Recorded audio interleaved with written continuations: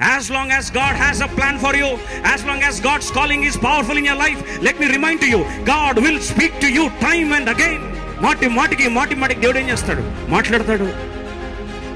దేవుడు ఎవరికి పక్షపాతి కాదు, ఎవరికి పక్షపాతి కాదు. ఇక్కడ కూర్చున్న ప్రతి ఒక్కరితో దేవుడు మాట్లాడతాడు, ప్రతి ఒక్కరితో. కొంతమంది అంటారు లేదండి సేవకులతో మాట్లాడు. కాదు, ఆయన స్వరం వినాలని ఆశ ఉంటే ఖచ్చితంగా దేవుడిని ఏం చేస్తాడు? మాట్లాడతాడు. God will speak. మీరు కావాలంటే రాసి పెట్టుకోండి. ఇక్కడ దేవుడు నీ జీవితంలో ఒక భయంకరమైన కార్యము అనుమతించక ముందు ఖచ్చితంగా దాన్ని సూచనలు ఎన్నో రకాలుగా మాట్లాడతాడు. నేను చెప్పకుండా ఏది చెయ్యడు. దేవుని ప్రభుత్వం అర్థం చేసుకోవాలంటే ముందు దేవుని బంధం అర్థం చేసుకోవాలి నువ్వు. విషాదం ఏంటంటే ఈరోజు బంధాలు, దేవునితో బంధం లేదు మనకు. We don't have relationship with God. Reason is we don't have communication with God. దేవునితో సంభాషణ లేదు. ఆయన స్వరం మనము వినట్లేదు. ఆయన స్వరం విన్నప్పుడు బంధం ఎట్లుంటుందండి?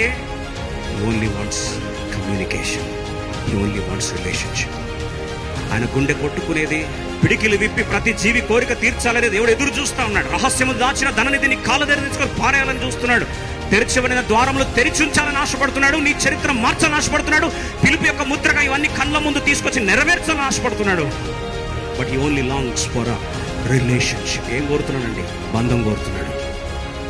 తర్ఫీదు పొందిన చెవులు శక్తివంతమైన పెదాలను ఇస్తాయి. శక్తివంతమైన పెదాలు ఉన్న దగ్గర ప్రకృతి కానీ, సమస్య కానీ, అవరోధాలు కానీ దేవుని చిత్తమైతే సలామని నీ కాళ్ళ దగ్గర వచ్చి దండం పెడతాయి. ఈ శక్తి ఎవరికి వస్తుంది తెలుసా? ఎవరైతే చెవులు దేవుని స్వరానికి వారు పిలుపును శాసిస్తారు, ప్రపంచాన్ని ఆజ్ఞాపిస్తారు.